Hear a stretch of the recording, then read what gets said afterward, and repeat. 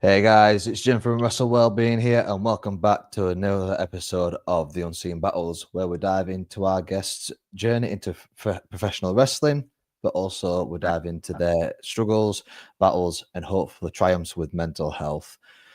Before I introduce my guest today, we're going to talk about the Hot Tag Foundation. For those of you that have been here before, you know what I'm going to talk about. For those of you that are here for the first time, first of all, welcome. Hopefully, you'll hit the subscribe button, click the little bell icon so you're notified when we upload. Also, give this video a like, give it a share to your friends as well. And also, check out the QR code just above my head as it leads to my very special guest's Instagram page. So, onto the Hot Tag Foundation. The Hot Tag Foundation is a non-profit organisation based here in the UK that aims to share wrestling with children across Britain, particularly those in need. The way that they do this is by collecting donations of wrestling items such as toys, merchandise, and other wrestling-related goods, personalising and packaging these items, and distributing them to young children, particularly around the holidays such as Christmas, and in partnership with hospitals as well, or other charities to reach children undergoing treatment. In essence, the Hot Tag Foundation leverages the appeal of professional wrestling to bring joy and a sense of real-life superheroes to children. There's a quick 2-minute video here, guys, and on this video, some QR codes and displays of the logos of several UK wrestling organizations and companies up and down the UK. Make sure you check those guys out after you've watched the end of this episode, because it's going to be a good episode, guys. So yeah, we'll see you in 2 minutes.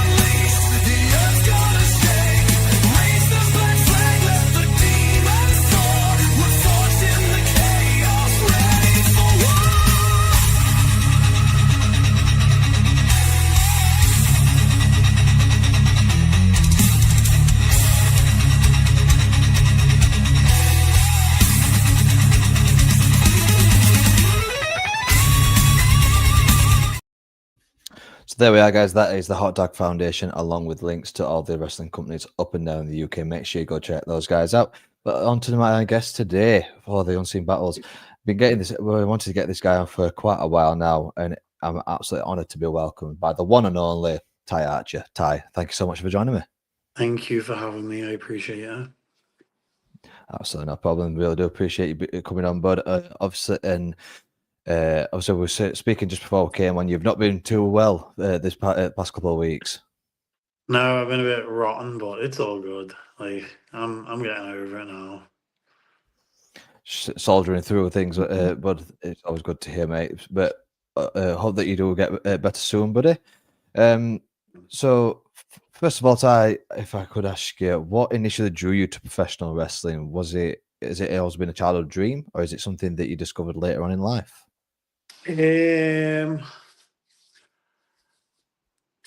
I liked it through one of my friends. I think I just like discovered it accidentally. Maybe in like 2000. So I was born in like 96. So I was like real young. Um, and then I kind of remember having like my first like video, which was Survivor Series 2001, which had the invasion storyline, which I still don't really remember much. I just remember that key like pay per view. And then I did it for a little bit when I was 13. I went to some training sessions, but I stopped and then I went back when I was 16 and just have carried on since then till now, which is like 13 years. Definitely. So, can you describe your first training experience when you got back into it when you were 16? What was that like? Um, I feel like I could always really take to wrestling quite easy. I was quite a reckless kid. I would throw myself around. I had a trampoline that I would always throw myself on. Like, I've never been scared to take a bump and I've been scared to throw myself. So bumping came quite easy. But I'm not saying that I went into it and I was like great and I could do all this technical stuff. It's just I just was never scared to take a bump. So for me, it was quite easy. Like I could roll, I could already do like flip bumps and stuff. It was just making things clean and actually learning the wrestling side that obviously I had to take time with. Definitely. So, obviously, when you were in the midst of training, what was the best advice that your mentor gave you when you were first training? If you think you're going too slow in a match, slow down. That's what I was always told. And then I thought I was like ready 2 years in, and I probably was in a sense. And then I didn't get debuted until the year after. So I had that extra year then to actually get better. So when I did it, my debut match, like a lot of people now aren't waiting that long to debut, and it's not their fault. They're just getting thrown into it. But a lot of their first matches, like I don't believe that your first match, it should be like if anything goes wrong, it's fine because it's your first match, and I don't think that's a good mentality. I think it's you should go in and you should actually have like a good match to start off because if anyone sees that, they need you don't want to have anything negative come out of that. So waiting as long as you can to be comfortable to have a debut, and I know it's exciting to want to do that, but what's best for you is to have not a really good, but like a half decent first match where you're not gonna fuck up and your confidence is gonna be knocked. You know what I mean? Just take the Definitely. time and don't jump into it. Definitely, mate. So, obviously, we have a very good mutual friend in Saxa. She was on the show last week and she praised you massively. What is it like for you working with Saxa? So with Saxa, she's like kind of has the same mentality as me, and I don't know whether it's because she's become friends with me or whether she had the mentality beforehand. But again, she's one of these people that will not go and do something that she's not capable of doing, and she will listen to instruction. So when I'm working with Saxa, it's very easy for me to take the lead where I should be rather than her trying to overpower it, which is what a lot of people do when they're not ready and they want to do all these moves that maybe they can't do or have never tried. And for me, that's the most dangerous thing you could probably do. I think she takes instruction really well. I think she just listens. So if somebody that's gonna listen, like I'm happy to work with. I think she's like doing really well.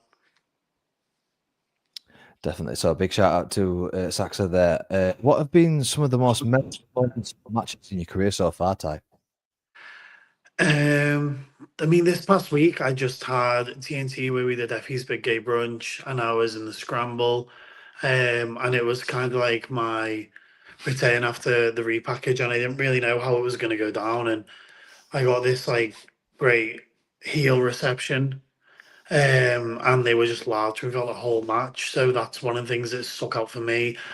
But also getting to work with Harley Hudson, Lily, who's like my really good friend, and we got to have like a little story over a belt. We got to do some cool things, and just like any chance I got to work with like me really close friend, like that's was one of my favorite things. Like, cause this, I have a day job. I have a full-time day job. Like I'm self-employed, so for me, like if I'm doing this, I have to have fun because this isn't the be all end all for me. But I have to have fun in what I'm doing. Um, so I don't really have any room for like going out there and not enjoying myself because then it's not worth it for me. Definitely. So, obviously, you mentioned that you had the repackaging. You were formerly known as Tyler Adams. You're now known as Tye Archer. What was the causation of the character change? The biggest thing for the name change was because there's a football player who plays for Bournemouth called Tyler Adams, and if you go anywhere and type in Tyler Adams, it's never going to be me. And that was one of the biggest things. So I thought, well, I have to change my name. I'm not just going to change my name and be done with it. Like I wanted to do something I've never done before. I wanted to like catch some eyes and think I did that with the video that I made. So I went and got some B-roll made, and then I sat down and edited that whole thing myself. Um, so yeah, it was purely because I Search me was just ridiculous. Like he's a football player, plays for Bournemouth. He's very, very well known, and I didn't get a look in really. Definitely. So when you did the character change, did your mentality to portray that character change, or was it more of a heelish persona? Was it more like a tenacious persona sort of thing, or is it just you turned up to 11 sort of thing? My my whole premise for it was to say that I was going to change and be better and be this new person, but my character is very narcissistic, and narcissists don't think that they should change. So in the end, I've ended up just coming out the other end worse. But Mhm. I would see that because of the narcissism. And I always wanted to like just keep people guessing on what I was gonna do and whether I was gonna be because I've never really been a baby face. It's never really anything that I've been interested in. And again, like I said, I've got to have fun. So if I have the most fun being a heel, that's what I'm gonna do because this isn't like my job. I'm not under somebody that's telling me what I have to do. Of course, if I was signed anywhere, it's like I would go do what I was told. If a promoter wanted to turn me babyface, there's gonna have to be a good reason for that. And people like to boo me. You know what I mean? I'm good to boo. I'm good to get heat. Definitely. So how would you say that you prepare for big matches, both physically and mentally? I mean, I make sure I'll be going training, so I train at Claw a few times a week as and when I can. And I'll train under Dean Allmark, who I've trained under since I was 16. And then Lucy Sky, who has just taken a trainer role, and her classes are really fun. She's got a lot of students that are progressing a lot. And then I'll go to the odd class with Sonna, and Sonna is really good and like really patient with people. We had the odd session with Sam Gradwell and Lizzie Evo, and they would be doing things that they learned in the PC and NXT UK. So it was all very different training, and I like to make sure I get all those different trainings before I go and have a match and have people's opinions on what I should be doing in the match that I'm coming up to, especially with Dean. Like I'll tell him who I'm wrestling and what type of match it is and what the outcome should be, and it's like he's like so knowledgeable and helps me out there. And then I just make sure that like I'm going to the gym that week, I'm seeing my PT, and I'm doing as much as I can to not feel as lethargic because I am so busy. But I need to make sure that like I'm not going into that show like drained. Definitely. So you mentioned that you train at Claw. Have you ever trained with Callum Crowe at all? Yeah, Colin Crowe is there a few times. He definitely goes a lot more than me lately. Yeah. So I've had Callum on the pod, and he's a very eccentric character. What's he like in person? What's he like to train with? He's a nice guy. He's very eager, and he wants to do well, and he wants to learn all this stuff, and like that's all you can really ask for. Someone that's eager, someone that wants to learn, and they're all like that there. I think the difference is for me is like because I've done it so long, like they're all still in, like the little kid stage where they're very excited to be doing all this stuff, and I feel like I'm quite like this grouchy asshole sometimes, and it's not because I mean to be, but it's because I've done it for so long, and I just go in and I'm kind of on autopilot, and I've been in work all day, and it's just like, but no, they are good. They are a good group there, and Callum, he's a nice guy. He really is. Fantastic. So, what would you say are some of the biggest challenges that you've faced in your career so far, aside from mental health? So my biggest thing is, especially since when I started, I wasn't very big into the gym. I was quite scrawny at some points and then quite skinny fat at some points, and my shoulders were awful. I couldn't go a training session while being hurt. And the biggest thing I'll always say to people is like, you have to make sure you're going to the gym and getting strong. Like, and I couldn't even lift like 5 kgs with my shoulders when I first started with my PT. And ever since I started with my PT, I haven't had those issues. So when I wasn't even wrestling a match and I'm getting hurt in training, it's disheartening. But sometimes you're the only person to blame for that. If you're not going to put the effort in the gym, if you're not going to put the effort in outside to make sure that your wrestling is safe and you're safe in that ring, you can't blame anybody else. You have to be harsh on yourself. Definitely. But so, if you could pick, five people on the UK scene to wrestle like a dream match sort of thing, who would you pick? Oh my god, that's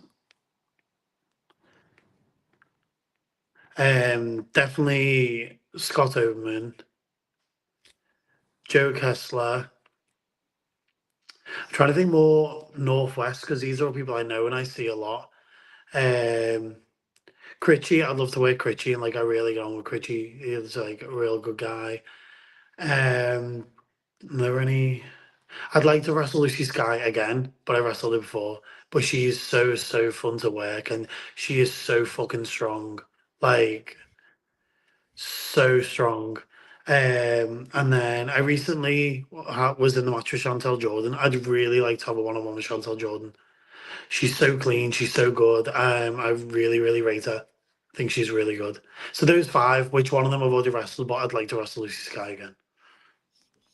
Definitely. So when you're coming up with your opponents, is there a specific attribute that you look for in your opponent? Like, for example, do you prefer powerhouses? Do you prefer the luchador type style wrestlers? What's like your dream sort of like mixture of opponent?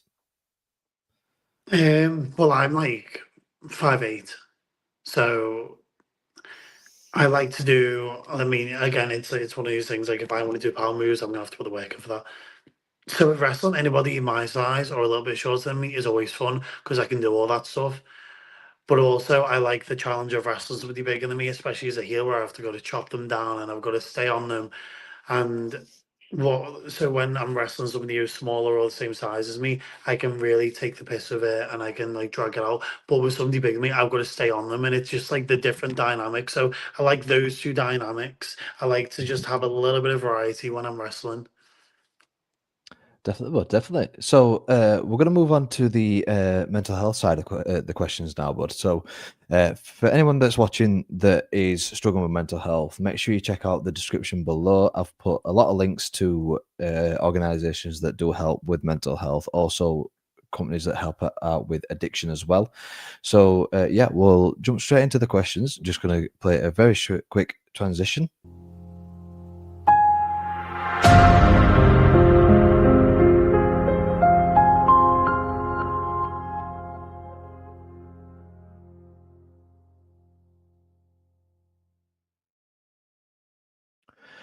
So to start off, mate, could you share with us a bit about when you first started experiencing your struggles with mental health, please?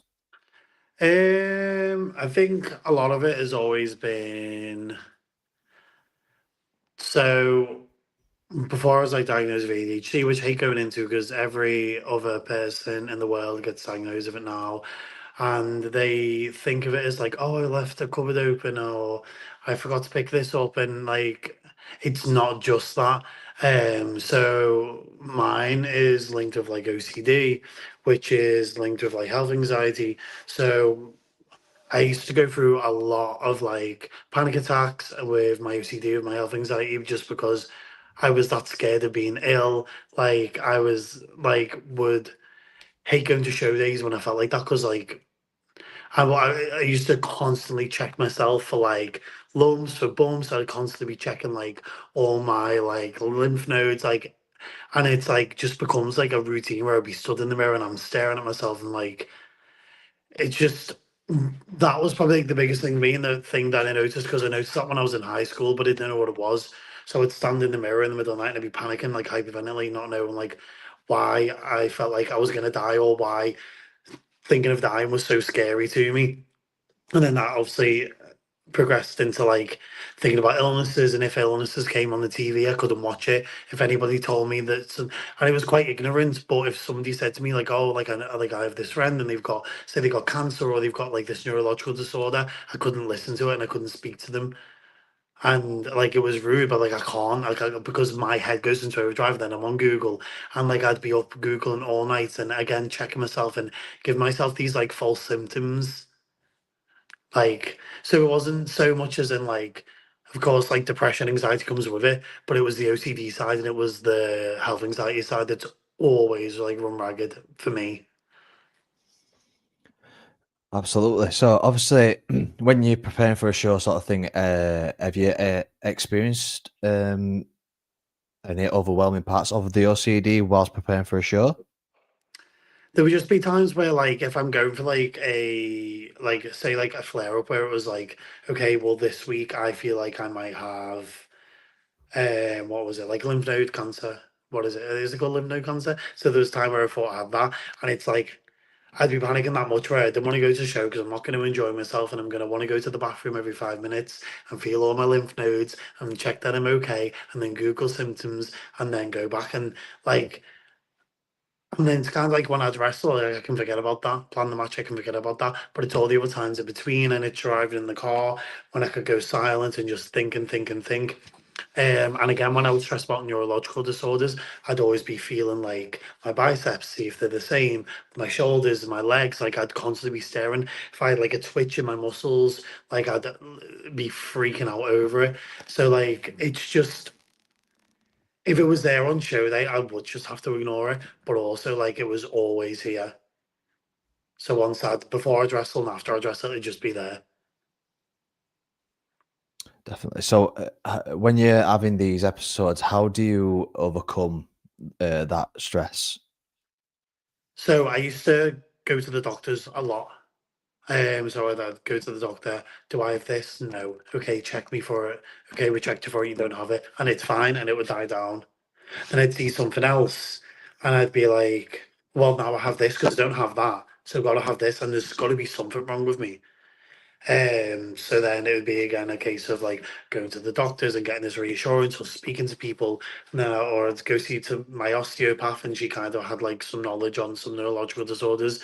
And I'd be asking her to do things probably that wasn't even a part of a job for my reassurance. And it's always asking people to reassure them, but it's like I'd sound mental, like crazy. It's like even like any ex partners, it's like constantly trying to reassure that I'm not dying and I don't have cancer and I don't have a neurological disorder. Like, and just the way to get over is you have to let it pass. Like, it just passes, or you go to therapy, which is hard. Like, not that the fact that therapy's hard, but it's a CBT. Like that's kind of hard to get your head around because you've got to log stuff and then go back to it. And then when you have a flare up, you've got to go look at the reasons why this isn't happening. But none of that matters when you're actually in the middle of like thinking about it. So I could say, well, there's no way I can have cancer because of this, and the doctors rule out. But what if they haven't ruled it out? So that's void now. Well, I've got no muscle wastage and I don't feel like, weak. But then it's like, well, you was a bit weak the other day and you felt a bit tired. Okay, so then maybe I do have it. And it's just the littlest things, even just being tired, fatigued, like lethargic, like would make me feel like I've got something seriously wrong with me. Definitely. So, would you say that the nature of professional wrestling has impacted your mental health at all? See, this is quite like a controversial one, and it's like I don't want to be here and lie because Mhm. I'm not going to say that wrestling has helped my mental health. I'm not going to say it's completely destroyed it, but there's a lot of aspects in wrestling that are not good for your mental health, and you would have quite thick skin when you come into wrestling, and this is why, you know, I think I'm quite like sometimes I am quite dry and I am quite blunt and to the point because there's a lot of people that kind of rely on wrestling to help their mental health. But I think you have to look beyond that. Wrestling can't be the be all end all for your mental health. You have to take accountability and you have to look at things. You have to go to therapy and you have to do these things. Wrestling isn't always going to be there. And it's not. It might be there for you to enjoy, but it's not going to be there maybe always for you to perform. And have to, you just have to be real. Like, again, like I'm not going to bullshit. Like, has it been great for mental health? No, it hasn't. But also, neither is my job sometimes, and neither is like relationships I've had or people in my life. So it's not that it's inherently bad because everything has good and bad strokes through it. Do I enjoy wrestling? I do enjoy wrestling. I enjoy seeing my friends in wrestling, but it has its negatives too. So it's just one of them. Absolutely, mate. Absolutely. So, is there any other specific challenges related to mental health that you've faced in your career so far, such as I can give you a few examples: performance anxiety, pressure, travel, body imagery, and social media scrutiny? Have any of those taken place whatsoever? I don't think I get much anxiety when it comes to wrestling still. I get nervous before a match, but that's good. If you're not nervous before a match, I don't think you care. It's just normal nerves. But I think everyone in wrestling, when it comes to wrestling and when it comes to going to the gym, everybody has to suffer some sort of body dysmorphia. And you're going to get pictures back you don't like, and that's the biggest thing. And you're going to feel ill like I did for a week, where I haven't been to the gym now for nearly 2 weeks, and I went back today, and I feel flabby and I feel fat, and I don't feel great. But then I'll have days where feel great and I feel like I look good. Um, so I think anyone will tell you in wrestling because it's so body conscious, you are going to feel like that. But I think again, like the worst thing that I think you can do, and this isn't a dig at anybody, this is just my personal opinion, is cover that up. So I've never wrestled with a t-shirt on because I know as soon as I put that t-shirt on, that's not going to come off because that's a protective blanket. Sometimes when you feel shit, you have to go out there. You have to just get that t-shirt off. You have to go wrestle because 99% of the time, no one really gives a fuck what you look like. They want to see what you're doing in the ring, how you connect with the crowd, and you're probably the only person that's actually looking down and thinking that way. Of course, there's going to be people that will shame you, right? So like that happens, but that comes again. It comes with a job where you don't have your clothes on. It comes with a job where there's people on the show that are in insane shape. But once again, why are they in insane shape? Because they're putting the work, and they're not in insane shape because they're lucky. We could all be in that shape. People have different disciplines. I tell myself every day I'll eat great and I'll go to the gym every day. But that's on me and I don't do that. So that's why. So I have to take that into account too. Do you know what I mean? Absolutely, mate. Absolutely. Completely agree. So, have you had any particular moments or periods in your career so far where your struggles have felt particularly overwhelming at all? I just think, last year I went through some like shit in wrestling where I didn't really want to go to any shows, didn't really want to go to any training because like I'd burnt a few bridges, but like again, you have to take accountability. You can't blame anybody else for any of your actions. And this is where it comes into the mental health side of things, where people will act out this way and they go, well, I acted this way because of X, Y, Z, because I've got ADHD, because I've got autism, because I'm depressed. But you cannot let people be your trigger. You have to learn to cope with that, and you have to learn that if there's somebody in that room that you think is going to trigger you or you think is going to upset you and make you react in a negative way, you have to remove yourself from that situation, or you have to go and get the help to deal with that because nobody's responsible for you except yourself. So I feel like I try and never really blame anything on my mental health when it comes to wrestling, especially when you react to things. We all have shit going on. So when I did burn a few bridges, I've had to apologize and I've had to grovel and I've had to speak to people. I've had to have uncomfortable and awkward conversations, but that's on me. And if I don't have those conversations, I'm going to get nowhere. You have to just swallow your pride, take accountability, and move on with it. And if people don't want to move on, you can't force them, and that's fine. But if you've done your part and you're confident that you've done your part, that's all you can really do. Absolutely, mate. Completely agree with that. Cannot fault you whatsoever. So, obviously, when you're having these moments of overwhelmingness, what coping mechanisms or strategies have you found most effective to help you with that? Most of the time, I'll just go dress somewhere with my AirPods in, and I'll just put something on YouTube or music, or I'll call one of my friends. Like it's just it's as simple as that. And again, it's not going to be as simple for everybody, um, but especially from last year to now, things don't really bother me as much. I feel like I'm a lot more laid back. Will I still get pissed off and maybe react to things? Yeah, I will, but I know where that's going to get me, and it's not going to get me very far. Um, but just find somewhere, and it's hard somewhere sometimes find somewhere on your own at a show, especially if the venue's small. But I've the shows where they have like a disabled toilet, if there's no fans in, I'll just go in there, throw my AirPods in, get my stuff on, and then I'll go plan a match, and I'm quite fine after that. Fantastic, mate. So what's your go-to song to distract yourself? Um, oh God, I've been really into Incubus lately. So Dig or Pardon Me by Incubus. Off the top of my head, that's all I can really think of. Like I like a lot of music and all different music. But yeah, Incubus has been like my go-to band for the past year now. So, mate, fantastic. So, um, what kind of support system do you rely on both within and outside of wrestling? I'm very close to my sister.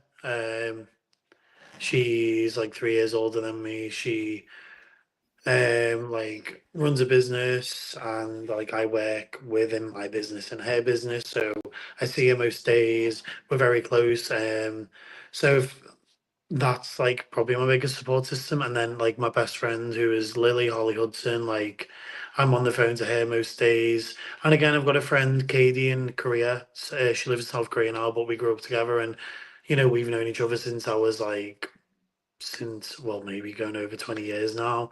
So just those three main people that I'll just speak to around, get some brutally honest feedback from, and then get on with it. I don't rely on anything like therapy. I think therapy is great and I should go back to therapy. Right now, I don't do that.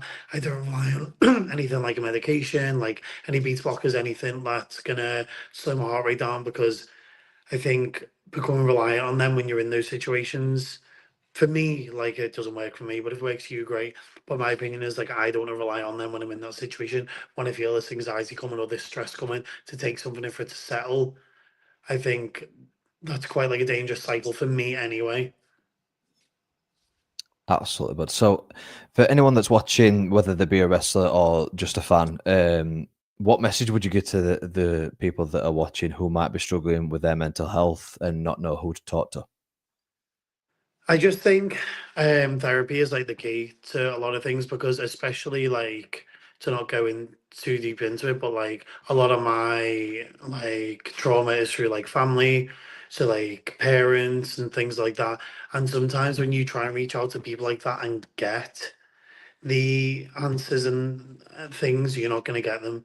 And there's always going to be a different story, and it's going to frustrate you, and it's going to upset you. So the best thing to do is go to therapy and go to somebody that knows what doing what they're talking about. They can give you the right advice. And I know NHS therapy, the waiting lists are ridiculous, and kind of being on a Zoom call, I don't think is very good for therapy. When I was in therapy, I was either paying privately or like my sister was paying for me. And that's the things that she would do for me. She would pay for me to go to weekly therapy because she wanted me to get better. And I do think face to face therapy is one of the things that worked for me as well. But expecting people to change and take accountability and apologize for things that they've done to you, you can't rely on that, because people aren't going to do that. And that's like the biggest pill to swallow. And it might wreck your head, and you might want to know why people have done these things, but you're not going to know. So sometimes you have to just cut your losses and move on with it. And the best thing to do is go to therapy, because if you keep going round and round and round, you're not going to get those coping mechanisms, and you're going to self destruct. Absolutely, mate. So, obviously, you've been in the wrestling industry for quite a while. How do you believe that the wrestling industry as a whole can better support the performance mental health? So I think a lot of the time in wrestling, mental health matters until mental health is actually there. So with wrestling, it is you'll have people that will virtue signal for mental health. And then when actually somebody's in a crisis or they're going a bit scatty, they're going to screenshot that, they're going to put it in a group chat, they're going to slag them off. And if that's what you do, that's what you do, right? But you do not virtue signal for something. I don't virtue signal for much online. I really don't. Because I'm not going to sit there and be the person that virtue signals and be the person that then doesn't help that cause. So there's a lot of people that will virtue signal, that will put all these things out to make themselves look better, to make themselves seem like this great, nice person. But then when actually somebody's in a mental decline or somebody's going a bit scatty, maybe people are posting things that are a bit odd. And instead of actually helping that person, it's kind of like, oh, well, let's screenshot this. Let's maybe send it to this promoter. Let's maybe send it into this group chat. And I think that's the biggest thing that needs to happen in wrestling is mental health matters until mental health actually matters. Because in the grand scheme of things, it doesn't really matter to a lot of people. And I'd rather people just say, "Do you know what, I don't give a fuck." Or maybe I give a fuck about these people and not you. And that's fine because we're all like that. But you cannot sit there and cosplay as a nice person or this person that's all for everyone's mental health and then not give a fuck about a certain group of people. Which is why I think virtue signaling is quite, I'm not gonna say dangerous, but it's quite silly because you put yourself then in this box and people are gonna expect something from you. So whether you talk about all these things, when something happens, are people going to expect you to do something about that? Probably. So it's better to maybe let people know that you are there, and especially people that you care about and the people that you're going to be there for. Because if you don't want to be there for a stranger, you don't have to be there for a stranger. But if you're putting out online that you will be and not be, and actually taking and making a mockery of that, that's where I take issue. Completely understand where you're coming from there, mate. So got a quick comment from a frequent commenter, Louise, who says, "Always good to see Ty on shows. Always impresses me." What kind of comment does that do for your confidence? Obviously, coming out to the ring and seeing things like that. It's nice to get the comments, especially with me, like always being a heel.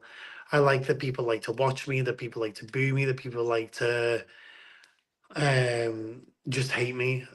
So if people are enjoying what I'm doing as a heel, that's great. I really appreciate it. And like, the biggest thing is again, not to go off on a tangent, but a lot of people will come back from a match and they'll go, "Oh, that crowd's shit," and it's like, if you are not making the crowd react, then you're not doing your job. We cannot, the crowd are not there to give us a reaction. We have to get that from them. Um, so the fact that they like my what I'm doing enough to react to it, that means I'm doing my job properly, and I feel very good after that. You know, everything in wrestling, it's like it's not easy. None of it's easy. Like the training isn't easy. Getting the crowd isn't easy. But once you've got it, it's so rewarding. And you can't. And again, it's you cannot pass blame off into somebody else. Because when I go to a show, if I went to a show as a fan, I'm only going to want to boo or cheer if I'm actually impressed or if I actually think it's like a good heel. You can't blame that on anybody else. Absolutely, mate. Completely understand where you're coming from with that one. So obviously, when you're having your struggles with your mental health, whether it be your ADHD or whatever it is that you're suffering with, how do you balance the need to portray your character in the ring whilst also doing with those outside? Do you kind of just block it out if it gets particularly overwhelming? How do you then sort of like go through the motion of being in the ring? I think when it comes to so when I walk into work, regardless of how I feel, I work in very public settings or I work in people's houses. Sometimes you have to fake it, and sometimes you have to just put a smile on because you have to make conversation. You can't go into a show and not make conversation and walk past people because people are just going to think you're an asshole. So if you can get yourself to that show and just make the effort to just speak to people, and maybe if there's somebody there that you are close with. If you want to speak to them about something a bit more personal, you can do that. But then when it comes to like getting your gear on and then your music hitting, you're going out there, you know, you got a job to do. And again, it's that thing. It's if I go out there and my head's not right and they're not reacting to me, I'm not doing my job properly. And why are they paying for a ticket to watch me if I'm not doing my best? Regardless whether it's a show with 10 people, whether it's a charity show, whether it's, you know, we were at TNT for Effie's and it was like rammed. Everybody's paying for a ticket. You have to try your hardest because why? And a lot of the time, again, it's the parents paying for these tickets for the kids. They're gonna find something else to do next weekend because the wrestler didn't give a fuck. And again, I'm going off on a tangent, but I feel like it all kind of links into one. Where if you do have struggles going on, but if you agree to this booking for these who are, you know, 80% children, you have to go out there and just entertain them because your shit doesn't matter and then you can deal with shit backstage. You've got 10 to 15 minutes there, and then maybe meet and greet to just make them kids happy, make those family happy, make those families come back and pay for your merch or the tickets. Um, and if it comes to the point where you don't think you could do that, I don't think you should be on the show, and maybe you should take yourself out that setting. And people don't want to lose a booking, but these people have paid to see somebody do a professional job, and that's what you're there to do. And you have to then again be accountable with yourself whether you're going to turn up to the show, put on a good show, or you're just not going to go and you give somebody else that opportunity who really, really, really wants to try. Absolutely, bud. Absolutely. So as we start to wind down, mate, how would you say that wrestling has played a role in your overall mental health journey? Is it been a source of strength? Has it been a challenge, or has it been a bit of both? I mean, I think it's been both. I mean, I was a very like shy kid when I came into wrestling and didn't like to speak publicly and you know could never imagine me like grabbing a mic. You know, when I was around my friends and stuff, I was very confident, very loud, very brash, but I was not a confident kid, especially not in training. And when I joined training, there was a lot of older lads there, a lot of old lads that used to rip piss out of me. No one would do fuck all about it, and I just had to grow thick skin. And I think that's why I'm a bit harsh about it now, and not because my experience shouldn't have happened, but like I just took it. Do you know what I mean? Like there was probably weeks where like I probably shouldn't have went back and I was going and then obviously when everything came out and these people left wrestling, okay, I had a breath of fresh air.